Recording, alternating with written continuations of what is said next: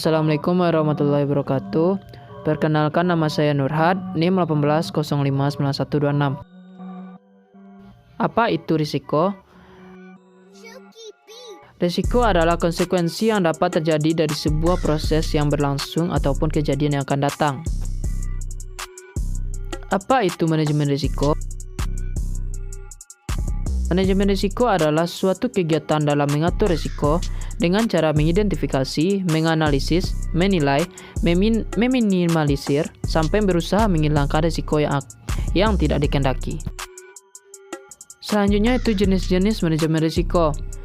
Jenis-jenis manajemen risiko terbagi 3. Yang pertama itu manajemen risiko finansial, yang merupakan jenis risiko yang terkait dengan aset bisnis, termasuk di dalamnya keuntungan bisnis dan sumber daya lain yang bernilai secara materi. Yang kedua, manajemen risiko operasional. Jenis risiko yang satu ini erat kaitannya dengan proses internal bisnis. Hal ini bisa terjadi akibat kelalaian manusia atau human error, sistem yang tidak teroptimasi dengan baik, atau faktor eksternal seperti terjadinya bencana. Mengatasi risiko seperti ini menjadi penting agar hari ke hari kondisi bisnis tetap dalam keadaan baik. Yang ketiga, manajemen risiko strategis. Jenis manajemen risiko yang ketiga atau yang terakhir adalah risiko strategis. Hal ini berkaitan dengan kesalahan dalam mengambil keputusan dalam sebuah bisnis.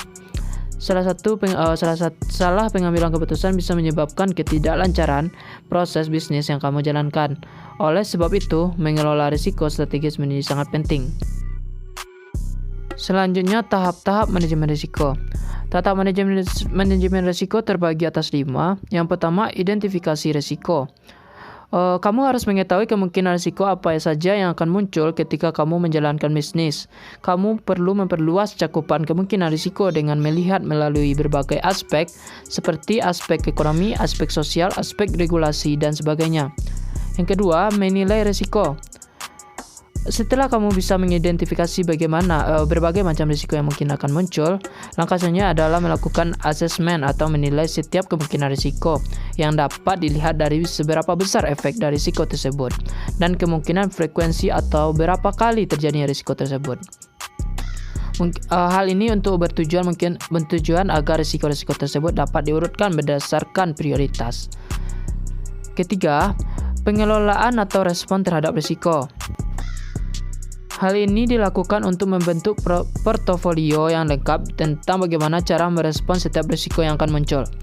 Cara merespon ini terbagi atas 4.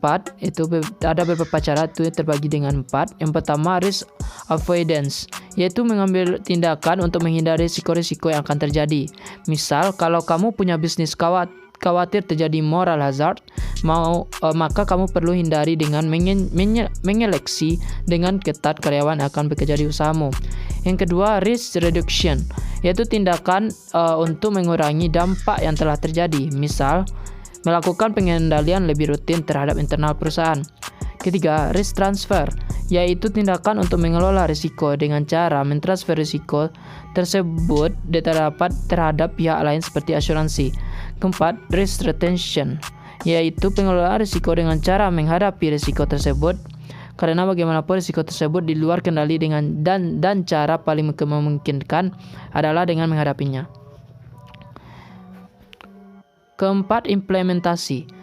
Setelah menentukan sikap terhadap risiko, saatnya kamu implementasi setiap sikap tersebut ketika risiko tersebut terjadi di dalam bisnis atau proyekmu. Kelima, evaluasi. Pada tahap terakhir ini manajemen risiko, yaitu melakukan evaluasi. Aktivitas ini dilakukan agar kamu bisa memastikan apakah sikap yang diambil ketika risiko tersebut terjadi sudah tepat atau belum. Jikalau belum, artinya perlu dirumuskan kembali sikap yang tepat untuk menghadapi risiko tersebut.